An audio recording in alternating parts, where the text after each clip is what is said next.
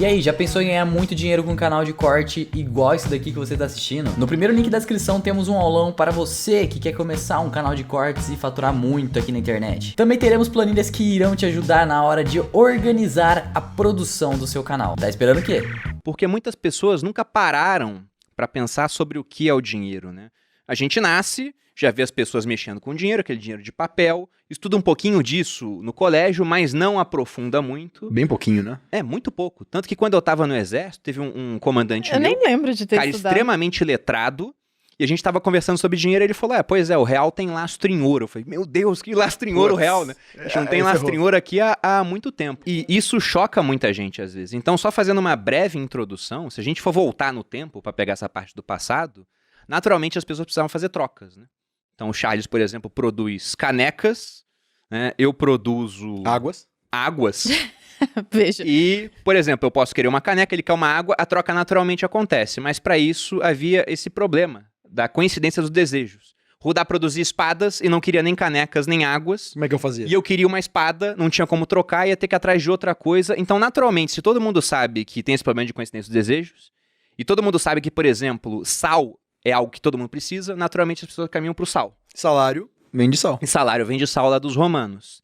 E por conta disso, aquelas mercadorias que serviam como um meio de troca e que eram capazes também de manter o valor ao longo do tempo, acabaram se tornando moedas. E hoje a gente tem aquela definição escolar de que moeda é aquilo que é um meio de troca, uma unidade de conta e uma reserva de valor. Então, um breve histórico. Durante muito tempo o ouro foi utilizado para isso, porque ele Faz tinha essas quantos propriedades. anos mesmo? Esses dias a gente tava falando disso no café. Do fim do lastro-ouro são 50 anos. 50 Bateu anos. agora 71. em agosto. Foi 71. Na verdade, lastro-dólar, né? Porque o dólar era lastreado em ouro E tinha lastro em ouro. as outras moedas eram lastreadas em dólar. Mas hoje o dinheiro ele perdeu esse componente do lastro já faz algum tempo. Então, partindo do presente, qual vocês acham que é o grande problema do dinheiro hoje que vai levar a um futuro diferente, por exemplo? Começa até falando que o que o Bruno disse ali é que o dinheiro virou uma unidade de medida, né? Então, ao invés de eu trocar a minha espada com o pão que o Rudá faz, a gente vai usar o dinheiro para medir. Então, a espada tem um valor, o pão tem outro valor, e a gente consegue fazer um negócio. Faz né? conta, sim. Então, antes da gente ir para o futuro, eu posso até deixar o futuro com o Rudá pelo livro dele, eu posso trazer muito o passado aqui. O pessoal usava muito, por exemplo, moeda de prata.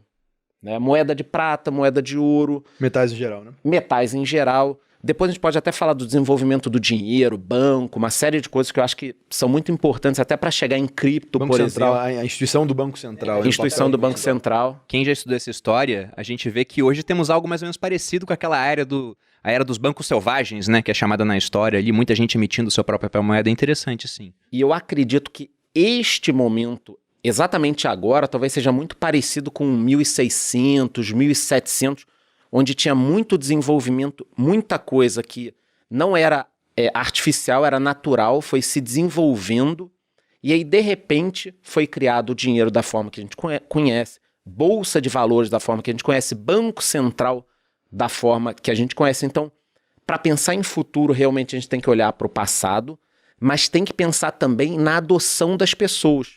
Porque, por exemplo, todo mundo que está aqui nessa mesa curte cripto. Entende o seguinte, pô, cara, eu vejo valor nisso aqui, eu sei que é meu, eu sei que eu posso transacionar, eu sei que isso e aquilo, mas provavelmente 90% dos nossos amigos aqui, a não ser que sejam os amigos entusiastas de cripto, porra, o amigo comum, o teu amigo de colégio, tua família, Não, minha mãe. Não gosta de cripto, A é gente comum. não tem muitos, não. Não usa cripto. O cara não usa cripto. Então, Defina usar cripto. Porque, de fato, não usa cripto. Ter.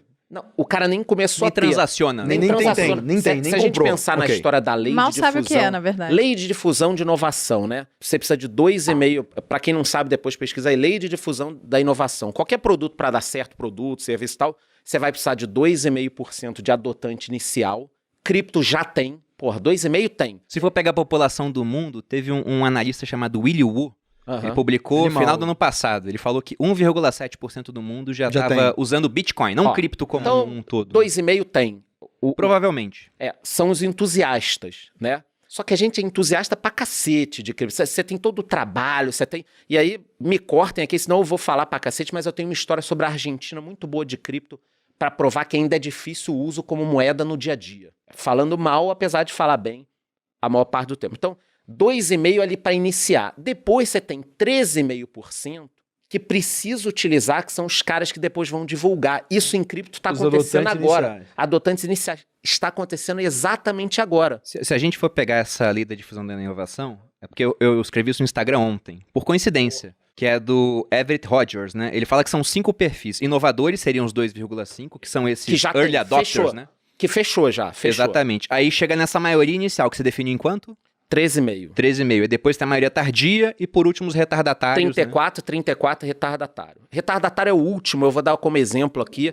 A minha mãe com celular. Eu ia que a falar do Vivo- WhatsApp. Eu acho que o WhatsApp, a gente consegue lembrar, todo mundo vai lembrar do exemplo do WhatsApp de adoção. Primeiro o WhatsApp era pago, era tipo $1,99. Nunca peguei essa. Quem tinha, eu peguei, eu cheguei a pagar. Quem usou o WhatsApp no início começou a pagar, era pago e tal, e pouquíssima gente usava. Não tinha quase nada de feature, você não conseguia mandar áudios, não conseguia nada. Era literalmente um sistema de mensageria pelo aplicativo. SMS. Um SMS, pelo aplicativo gratuito. Depois você teve mais amigos usando, as pessoas começaram, pô, é mais fácil, é mais barato, não sei o quê. Você teve a maioria inicial, né? Depois você começou com os seus parentes a usar, não sei o quê. Aí sim, os primeiros 34% você teve, de fato, né, os primeiros grupos de família. Depois sua avó teve, né? Que aí foi a maioria tardia. E é isso aí, os 13,5%, enquanto os 13,5% não começarem a utilizar, cripto não vai virar dinheiro no dia a E dia. aí tem o The Chasm, né? Que é o abismo, que é a maior dificuldade aí fudeu, é aí conseguir acabou. passar desses 13,5 para os primeiros 34, para o maior grupo. Ah, então a grande dificuldade não tá dos early adopters pra Não. maioria inicial. Não. É da maioria inicial Exato. pra essa maioria mais tardia. Se não morre.